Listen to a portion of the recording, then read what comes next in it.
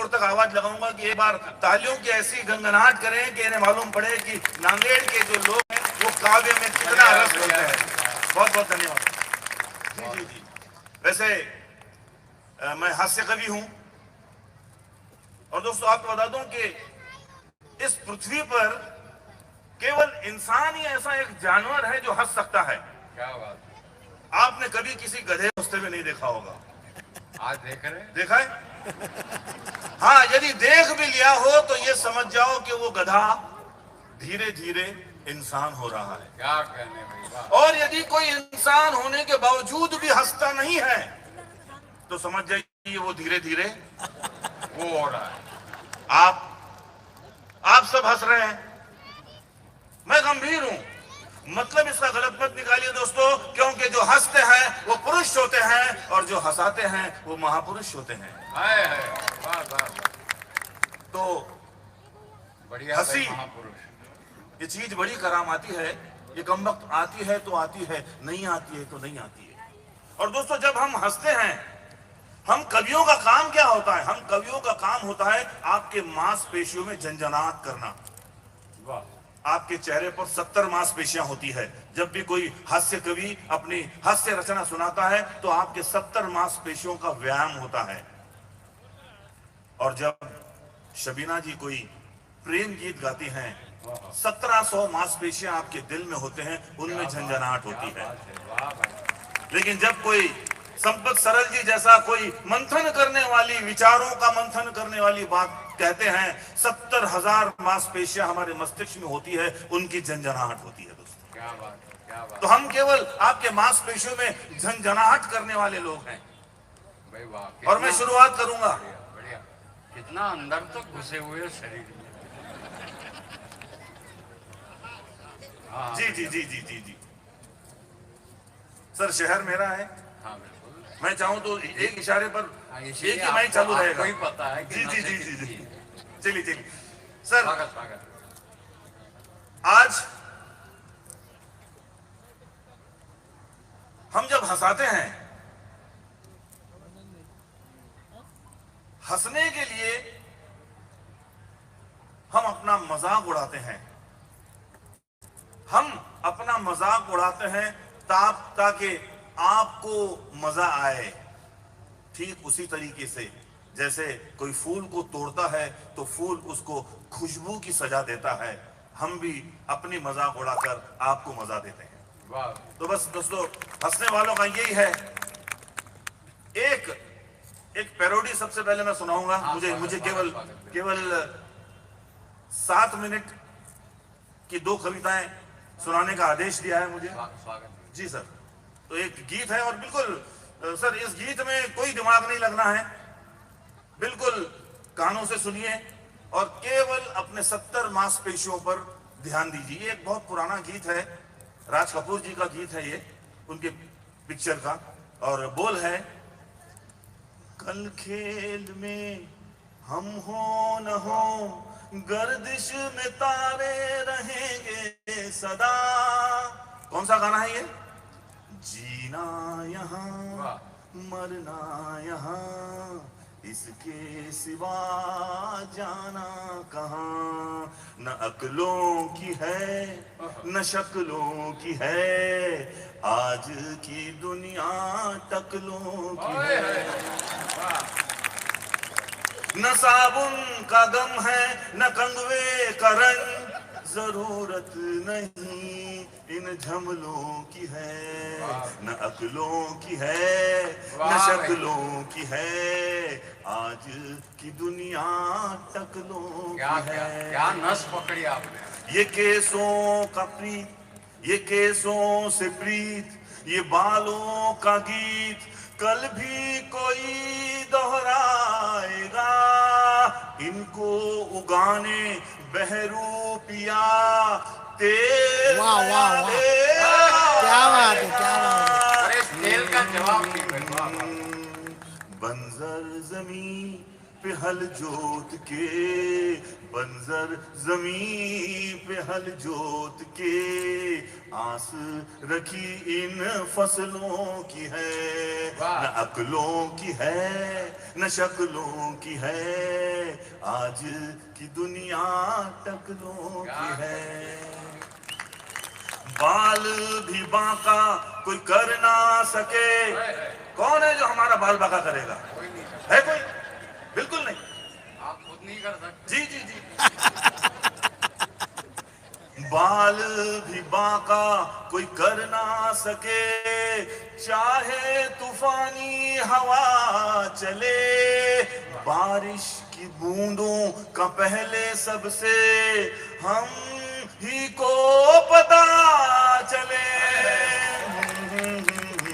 जिंदाबाद। जुल्फों बिना भी लगते दबंग, जुल्फों बिना भी लगते दबंग, हालत ऐसी पगलों की है, न अकलों की है न शक्लों की है, आज की दुनिया टकलों की है। एक शिकायत है प्रभु से, ऊपर वाले से, गोरा दिया फेस छीने पर केस, भगवान क्यों ऐसा बैर किया, गोरा दिया फेस छीने पर केस, भगवान क्यों ऐसा बैर किया, शाहरुख धर्मेंद्र लगते थे कल, आज अनुपम खैर किया।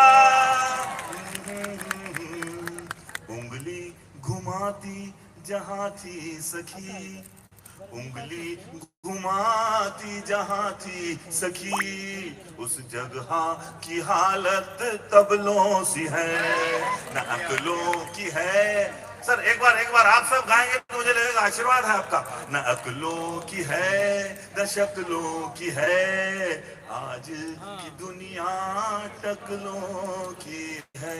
पूरा समर्थन है भाई आपके तरफ। दोस्तों ये थी हंसी की बात। हम जब भी हंसी की बात करते हैं केवल आपकी और हमारी लय मिल जाए इसलिए करते हैं, लेकिन कवि होने के नाते यदि हम आपको कोई संदेश न दें तो हमारा यहाँ आना सार्थक नहीं होता है दोस्तों। तो एक रचना, ये केवल 7 मिनट की रचना है, केवल 7 मिनट। बस 2 मिनट के लिए मैं आपका आशीर्वाद चाहूंगा। 2 मिनट आप कान से सुनिए, 2 मिनट आप कान से सुनिए, मुझे पूरा यकीन है बाकी के 5 मिनट आप ध्यान से सुनेंगे। वाह वाह वाह। और ये वो रचना है, एक किताब पढ़ी थी मैंने, 5 regrets of dying. Bronnie Ware ने एक किताब लिखी थी। दोस्तों मैं बता दूं कि ब्राउनी वेयर ऑस्ट्रेलिया के एक पैलिएटिव केयर में नर्स थी। पैलिएटिव केयर, कीड़े लग चुके हैं जिनके जीवन के दरख्तों को, कीड़े लग चुके हैं जिनके जीवन के दरख्तों में। पैलिएटिव केयर वो अस्पताल है जहां मरीज मरने वाले होते हैं हफ्ते 2 हफ्तों में, लास्ट स्टेज पर। जो मरीज अपने अंतिम स्टेज पर आता है उसको पैलिएटिव केयर ले जाया जाता है। यहां ब्राउनी ने 15 वर्ष काम किया सर यहां ब्राउनी ने 15 वर्ष काम किया और इन 15 वर्षों में हजारों मरीजों से उसकी मुलाकात होती रही, जीवन के अंतिम पड़ाव पर पहुंचे लोगों से उसकी बात होती रही। वहां बड़े छोटे खरे खोटे, कुछ फिल्मी हस्तियां, कुछ बिजनेस टाइकून, कोई आईएएस ऑफिसर, कोई बैंक के कारकुन, कोई ठेकेदार, हवलदार, चौकीदार, अरे कोई तो बैंकरप्ट थे और कई धनी थे, अरबों के व्यापार के, अमीर गरीब वहां आते थे मरीज हर प्रकार के। सभी के आंखों में आंसू और भारी भारी मन थे, मगर उनके पछतावों में 5 पछतावे कॉमन थे। 5 पछतावे, 5 रिग्रेट्स कॉमन थे। और जो 5 बातें उनमें कॉमन दिखी, ब्राउनी ने 5 रिग्रेट्स ऑफ डाइंग ये कविता लिखी।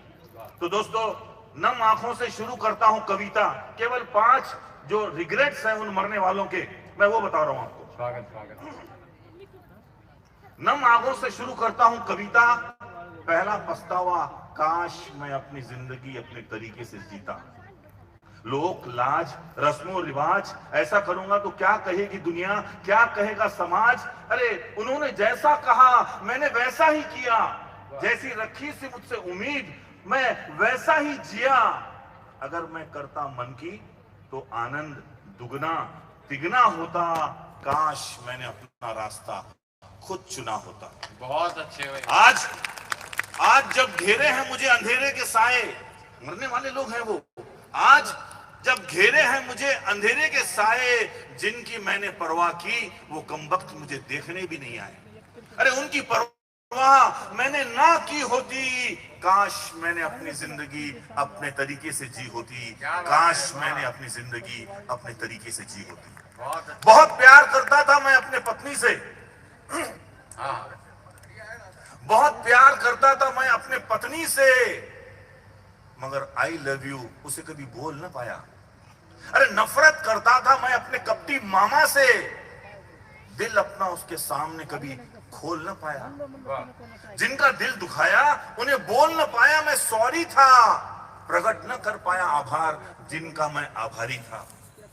प्रकट न कर पाया आभार जिनका मैं आभारी था। अरे दिल की बात दिल में रही, कह देनी थी जो ना कही, अंदर ही अंदर बात न दबाई होती। दूसरा पछतावा, अंदर ही अंदर बात न दबाई होती। काश मैंने अपनी फीलिंग्स जताई होती, काश मैंने अपनी भावनाएं जताई होती। दोस्तों सोचिए, जब ब्राउनी ने उन मरीजों से बात की होगी तब क्या रहा होगा सीन। आइए देखते हैं रिग्रेट नंबर 3।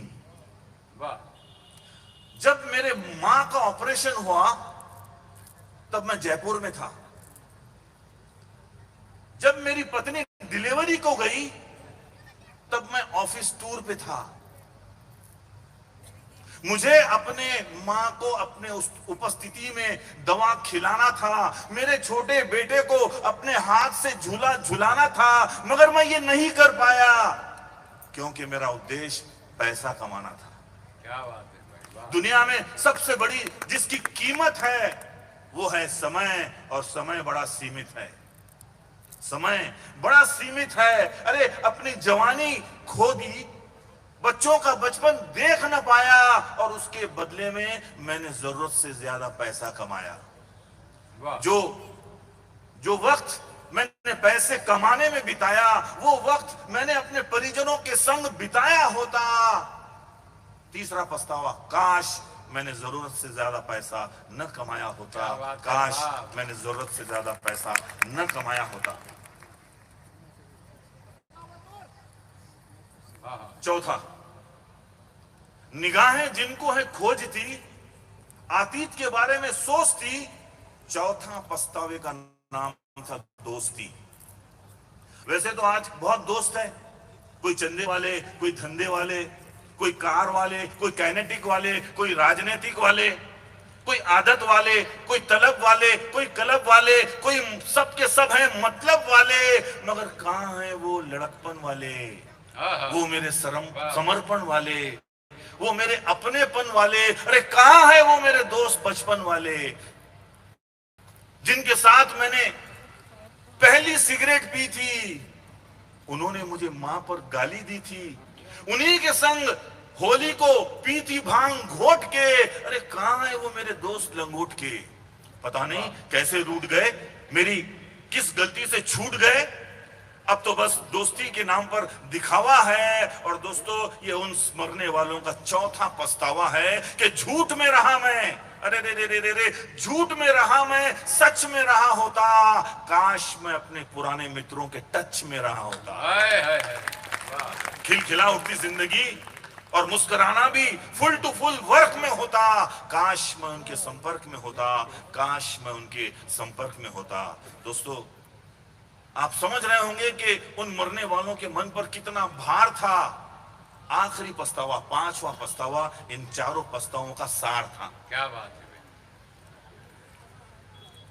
मुझे मालूम था कि मेरी जिंदगी है, मुझे मालूम था कैसे खिलेगी, मुझे पता था कौन सा काम करने से मुझे खुशी मिलेगी। अरे मैं परिपूर्ण था, सक्षम था, हर निर्णय मेरे ही हालात में था, मेरा खुश रहना किसी और के नहीं, मेरे ही हाथ में था। अरे छोड़ फिक्र सबकी, छोड़ फिक्र सबकी, मैंने अपने मन का डिसीजन लिया होता, काश मैंने अपने आप को खुश रहने दिया होता, काश मैंने अपने आप को खुश रहने दिया होता। दोस्तों बस इतना कहकर मर गए, संदेशा छोड़ा और उड़ गए लिफाफे।